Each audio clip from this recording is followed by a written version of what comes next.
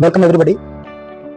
ప్రపంచం ఏ టెక్నాలజీలో పోటీ పడుతూ ఉంటే మన భారతదేశము అసత్య ప్రచారంలో నంబర్ 1 స్థానానికి చేరుకుంది. మన పక్కనటువంటి దేశం ఏదైతే ఉందో ఏ టెక్నాలజీలో ప్రపంచ షేర్ మార్కెట్ని వణికిచ్చేసింది.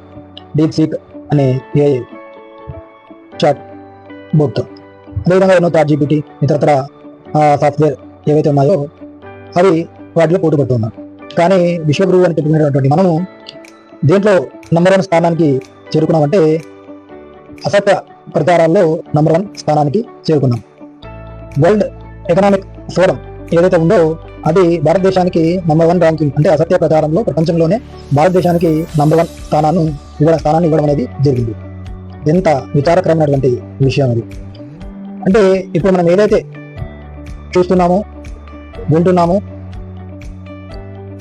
సోషల్ మీడియాలో కానివ్వండి, న్యూస్ ఛానల్స్లో కానివ్వండి, ఏదైతే పత్రికల్లో కానివ్వండి, అవి వాస్తవమా అవాస్తవమా అని చెక్ చేసుకోవాల్సిన అవసరం ఉంది. దీనికోసం ఎన్నో ఫ్యాక్ట్ చెకర్ టూల్స్ కూడా మనకి అందుబాటులో ఉన్నాయి. కాబట్టి ఈ యొక్క అసత్య ప్రచార ప్రవాహంలో కొట్టుకుపోకుండా మనల్ని, మన దేశాన్ని కాపాడుకోవాల్సినటువంటి అవసరం ఉంది. ఎందుకంటే ఈ యొక్క అసత్య ప్రచారాల వల్ల ఎన్నో రైట్స్ కూడా జరిగాయి, మార్నింగ్స్ కూడా జరిగాయి. కాబట్టి అటువంటి దాంట్లో మీరు పాతడాలు కాకూడదు, నేను కాకూడదు, మీరు కాకూడదు. ధర్మాన్ని అనుసరించే వారు సత్యాన్ని ఇష్టపడతారు, కానీ అసత్యాన్ని ఇష్టపడరు. అసత్య ప్రచారకులుగా కూడా ఉండరు. కాబట్టి ధర్మాన్ని రక్షిస్తే ధర్మం మనం రక్షిస్తుందని చెప్పేసి మనం సాధారణంగా వింటూ ఉంటాం. ఎప్పుడైతే అసత్యం రాజ్యం వెళుతుందో అక్కడ ధర్మం అనేది క్షీణిస్తుంది. కాబట్టి ఈ యొక్క అసత్య ప్రచారాల వలలో పడకోకుండా మనల్ని, మన కుటుంబ సభ్యుల్ని, మన యొక్క సమాజాన్ని, మన యొక్క దేశాన్ని రక్షించుకోవాల్సినటువంటి బాధ్యత ప్రతి ఒక్క భారతీయ పౌరుడి మీద ఉంది. ఇది మన యొక్క దేశభక్తికి, దేశ ప్రేమకి దర్శనం. అంతేకాని అసత్య ప్రచారాల్లో పాల్గొనడము, దానిని వ్యాప్తి చేయడము, ఇది దేశ ప్రేమ, దేశభక్తి అని ఎవరైనా అంటారా? ఎవరు అనరు. కాబట్టి ఏదైతే ఇటువంటి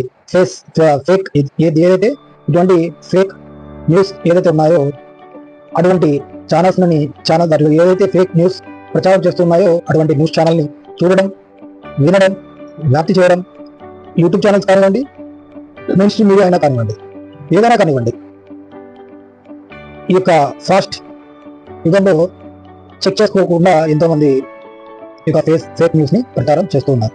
కాబట్టి ఈ యొక్క ఫేక్ న్యూస్ ఏవైతే ఉన్నాయో, అవాస్తవాలు ఏవైతే ఉన్నాయో, మిస్ఇన్ఫర్మేషన్ ఏదైతే ఉందో అది మన ద్వారా ఇతరులకు చేరుకోకుండా అటువంటి వాట్సాప్ గ్రూపులు ఏవైతే ఉన్నా, అటువంటి వాట్సాప్ గ్రూపులు ఏవైతే ఉన్నా, అటువంటి ఫేస్బుక్ గ్రూప్స్ ఏవైతే ఉన్నా, అటువంటి ట్విట్టర్ ఫాలోయింగ్ అకౌంట్స్ ఏవైతే ఉన్నా కూడా వాటి నుండి ఆగిపోవాల్సినటువంటి అవసరం ఉంది. దీని ద్వారా మనల్ని, మన యొక్క సమాజాన్ని రక్షించుకున్నటువంటి వారం అవుతాము, మన యొక్క దేశ గౌరవాన్ని కూడా కాపాడగలిగినటువంటి వారం అవుతాము. ఇప్పుడు ఇది ఆగిపోతుందంటే దీనిని ఎంకరేజ్ చేయకపోతున్నప్పుడు, ఒక ఫేక్ న్యూస్ ఏదైతే ఉందో దానికి ఎంకరేజ్ చేయకపోతున్నప్పుడు అది తగ్గుముఖం అనేది పడుతుంది. సత్యాన్ని ఇష్టపడేటటువంటి ప్రజలు పెరగాలి. అసత్యాన్ని ఇష్టపడేటటువంటి వాళ్ళ కాకుండా తెలిసి ఎవరు అసత్యాన్ని ఇష్టపడరు, కానీ తెలిసి తెలియని అమాయకత్వంలో కొద్దిమంది దాన్ని ప్రచారం చేస్తూ ఉంటారు. కాబట్టి ఇంకనైనా అటువంటి ఫేక్ ఏదైతే అవాస్తవాలు ఉన్నాయో వాటిని ప్రచారం కల్పించడం, వాటిని చూడడం కూడా ఆపివేయాల్సినటువంటి అవసరం ఉంది. మనము ఆపాలి, ఇతరులకు కూడా జాగ్రత్త పరచాలి. ఇప్పుడు నేను ఎంతోమంది యూట్యూబర్స్ గా కావాలని చెప్పేసి, ఫేస్బుక్ లో ఫేమస్ కావాలని చెప్పేసి ప్రయత్నం చేస్తున్నారు. ఇటువంటి ఫ్యాక్ట్ చెకింగ్ ఏవైతే ఉన్నాయో అవి చాలా తక్కువగా ఉన్నాయి.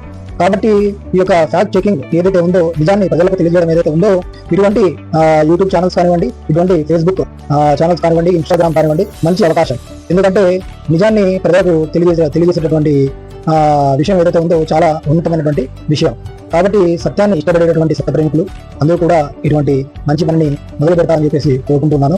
నా వంతుగా నేను కొత్తగా యూట్యూబ్ ఛానల్ ఏదైతే స్టార్ట్ చేశానో దాని ద్వారా తెలియజేయడం అనేది చేస్తున్నాను. మీరు కూడా ఇటువంటి, అంటే కేవలం ఎంత వ్యాప్తి ఉందంటే ప్రతిరోజు కూడా మన దేశంలో ప్రచారం చేస్తున్నటువంటి ఫేక్ న్యూస్ ని మనము డీకోడ్ చేసి దాని యొక్క వాస్తవికతను తెలియజేయచ్చు అన్నమాట. అంత స్కోప్ దీనికోసము పొద్దున్నుంచి సాయంత్రం దాకా, పొద్దున్నుంచి రాత్రి అంతా కష్టపడినా కూడా అన్ని ఫేక్ న్యూస్లు, అంత అసత్య ప్రచారాలు లాంటివి జరుగుతూ ఉన్నాయి. కాబట్టి దీనికి ఎంతోమంది కృషి చేయాల్సినటువంటి అవసరం ఉంది. చివరిగా ఇస్లాం చెప్పేది ఏంటంటే,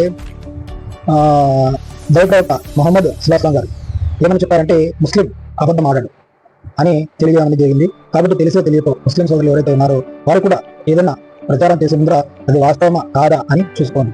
అదేవిధంగా సత్యం అసత్యం రెండు ఒకటి కావు. సత్యం అసత్యం మాడు పగలగొట్టుమని చెప్పేసి ఖురాన్ తెలియజేయడం అనేది జరిగింది. కాబట్టి ఇటువంటి ఫేక్ న్యూస్ ప్రవాహంలో మన యొక్క దేశం కొట్టుకుపోకుండా ఉండాలనంటే దీనికి ఎవరో ఒకరు అని కాకోకుండా చాలా మంది ముందుకు రావాల్సినటువంటి అవసరం ఉంది. ఎంతో స్కోప్ కూడా ఉంది. దాన్ని బట్టబయలు చేయాల్సినటువంటి అవసరం కూడా ఉంది.